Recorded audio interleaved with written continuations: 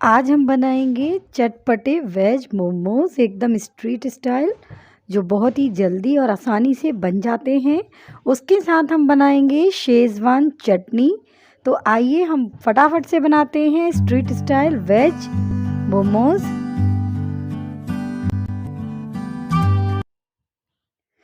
जिसके लिए हम सबसे पहले बनाते हैं चटनी। तो चटनी के लिए हमने यहाँ पर लिए हैं 4 टमाटर। इसमें हमने पानी डाल दिया है, इनको हम उबालने के लिए गैस पर रख देते हैं। और उबलते समय हम इसमें डाल देते हैं कश्मीरी लाल मिर्ची और देसी मिर्ची, जो नॉर्मल हमारे घर में सूख जाती हैं।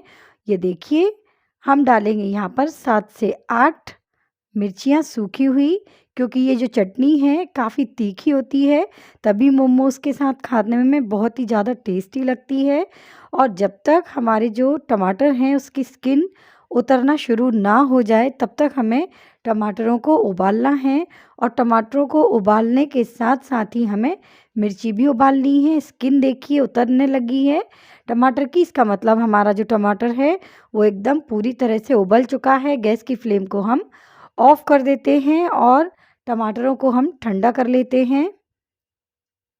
तो पानी से बाहर हमने टमाटर को निकाल लिया है। इनकी स्किन को हम निकाल देंगे, क्योंकि स्किन को निकालना ज़रूरी है, नहीं तो ये मुंह में अटकती है खाते समय चटनी में। यदि आप नहीं निकालना चाहते हैं तो कोई बात नहीं, आप ऐसे भी यूज़ कर सकते हैं। और अब हम इनको इस तरह से फोड़ देते हैं ताकि जो टमाटर हैं वो बहुत ही जल्दी से ठंडे हो जाएं। तो हमारे जो टमाटर हैं वो थोड़े थोड़े से ठंडे हो गए हैं। तो अब हम इनको खूब अच्छी तरह से चॉप कर लेते हैं। आप चाहें तो ग्राइंडर में भी ग्राइंड कर सकते हैं। 6 से 8 हमने लहसुन की कलियां डालकर इनको ग्राइंड कर लिया है।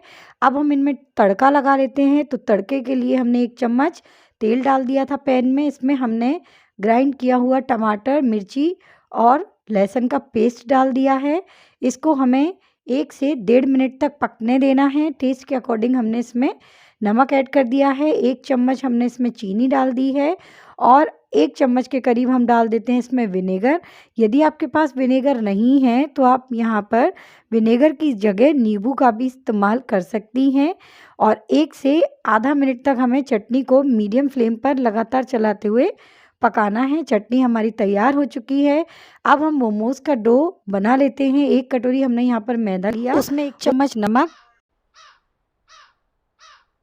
और 2 चम्मच के करीब हम डालते हैं वेजिटेबल ऑयल।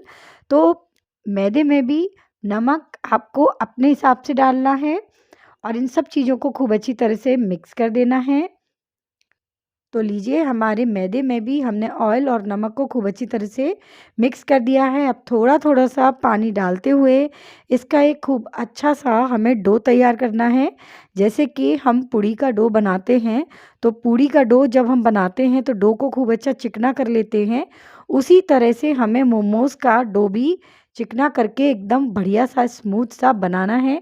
यदि आप हमारे चैनल पर नए हैं और आपको खाने से रिलेटेड वीडियोस देखना पसंद है तो हमारे चैनल को सब्सक्राइब ज़रूर कीजिए, बेल आइकन को प्रेस कीजिए, ताकि जो वीडियोस हैं वो आप तक आती रहें। यदि आप फेसबुक पर देख रहे हैं तो लाइक, शेयर, कमेंट करना ना भूलें। और अब देखिए, जो हमारा डो है एकदम तैयार हो चुका है। इसकी हम छोटी छोटी सी लोइयाँ तोड़ लेते हैं और अब हम इस तरह से लोई बनाकर इनको एक साइड रख लेंगे। और अब हम स्टफिंग की तैयारी करेंगे। तो यहाँ पर देखिए, हमने पत्ता गोभी ले लिया है। पत्ता गोभी को हमने यहाँ पर बारीक काट लिया था, लेकिन हम इसको खूब बहुत ज़्यादा बारीक चॉप करेंगे। यदि आप बहुत ज़्यादा बारीक काट सकते हैं तो आप हाथ से भी काट सकते हैं, लेकिन यहाँ पर हमने इसको पतला पतला काट लिया था। और अब हम एक चॉपर की सहायता से इसको चॉप कर लेंगे। तो ये लीजिए, हमने हमारा पत्ता गोभी चॉप कर लिया है और इसके साथ हमें प्याज भी हमारे मोमोज़ में ऐड करना है। प्याज जो है वो ऑप्शनल है, यदि आप नहीं डालना चाहते तो कोई बात नहीं, आप स्किप भी कर सकते हैं। तो यहाँ पर हमने चॉप करी हुई 2 चम्मच प्याज भी हमारे पत्ता गोभी के, ये देखिए, स्टफिंग में डाल देना है। और अब हम मसाले ऐड करते हैं हमारी प्याज और पत्ता गोभी में। आधा चम्मच चिली फ्लेक्स, आधा चम्मच हम डालेंगे ब्लैक पेपर और आधा चम्मच हम डालेंगे ऑरिगेनो। तो चटपटा यदि आपको खाना है तो मिर्ची की क्वांटिटी आप अपने हिसाब से कम या ज़्यादा कर सकते हैं। टेस्ट के अकॉर्डिंग हमने इसमें नमक डाल दिया है। नमक को और मसालों को हमें प्याज और पत्ता गोभी में खूब अच्छी तरह से मिक्स कर लेना है। यदि आपको लगता है कि पत्ता गोभी पानी छोड़ने लगा है तो आप इसको निचोड़ भी सकते हैं, पर हमारे साथ ऐसा नहीं है और अभी हमारा जो पत्ता गोभी है इसने पानी नहीं छोड़ा है। तो अब हम हमारे मोमोज़ तैयार करते हैं।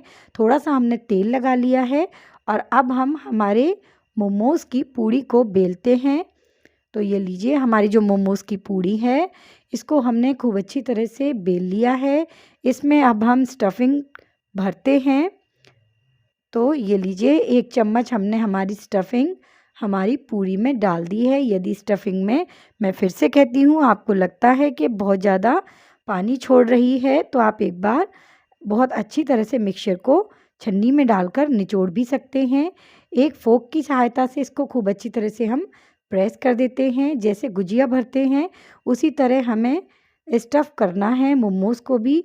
यदि आप चाहें तो जो मोमोज़ है उसका ये वाला डिज़ाइन भी आप रख सकते हैं जो गुजिया का होता है। आप इसी तरह से डिज़ाइन रहने दें। यदि आप दूसरा डिज़ाइन बनाना चाहते हैं तो दूसरा डिज़ाइन मैं आपको बताती हूँ। दूसरा जो डिज़ाइन है वो नॉर्मल गुजिया की तरह आप उसको बना लीजिए और दोनों छोरों को आपस में इस तरह से चिपका दीजिए और इस तरह का डिज़ाइन आप मोमोज़ में बना सकते हैं। आप जैसे भी डिज़ाइन के मोमोज़ बनाना चाहते हैं आप बना सकते हैं। ये आपके ऊपर निर्भर करता है कि आपको कौन से डिज़ाइन के मोमोज़ बनाने हैं। लेकिन हम यहाँ पर बनाएंगे गोलाकार मोमोज़ जो नॉर्मल बनते हैं उनके लिए। इस तरह से हमें चुन्नट डालते हुए इसकी जो पूरी है उसको बंद करना होता है और ऊपर के छोर को खूब अच्छी तरह से प्रेस करते हुए इस तरह से बंद कर देना होता है। तो ये देखिए, ये एक शेप हमारी मोमोज़ की ये बन गई। तो आप कौन सी शेप अपने मोमोज़ को देना चाहती हैं आप दे सकती हैं। और आपने किस तरह के मोमोज़ खाए हैं, कहाँ-कहाँ आपने मोमोज़ आप खाती हैं और आपको कौन-कौन से मोमोज़ अच्छे लगते हैं, किस तरह से आप बनाते हैं, एक बार आप हमें कमेंट करके ज़रूर बताइए। और ये देखिए, इस तरह से हमें सारे मोमोज़ को स्टफ़ कर लेना है। हमारे जो मोमोज़ हैं वो इसी तरह से, ये देखिए, इसी तरह से हमने हमारे सारे मोमोज़ स्टफ़ कर लिए हैं और अब हम इनको कुक करते हैं। तो इनको हमें स्टीम करना है। तो स्टीमर हमने ऑलरेडी प्रीहीट कर लिया था। प्लेट को हमने ग्रीस कर लिया था। यदि आपके पास स्टीमर नहीं है तो आप किसी भगोने पर छेद वाली प्लेट, जो जाली वाली प्लेट होती है, उस पर ग्रीस करके आप रख कर उसको ढककर उसको भी ऐसे भी आप मोमोज़ बना सकते हैं। नहीं तो सबसे आसान तरीका है, यदि आपके पास स्टीमर नहीं है तो सबसे आसान तरीका है कि इडली के सांचों में आप मोमोज़ बना लीजिए। इडली के सांचों में भी मोमोज़ खूब अच्छी तरह से बन जाते हैं। 14 से 15 मिनट तक आपको कुक करना है और बीच में एक बार देख लेना है। तो हमारे मोमोज़ जो हैं 14 से 15 मिनट के बीच में मीडियम फ्लेम पर खूब अच्छी तरह से पक चुके हैं, खाने लायक हो गए हैं। तो आप भी बनाइए, खाइए, खिलाइए। चैनल को सब्सक्राइब कीजिए। Thank you, bye bye.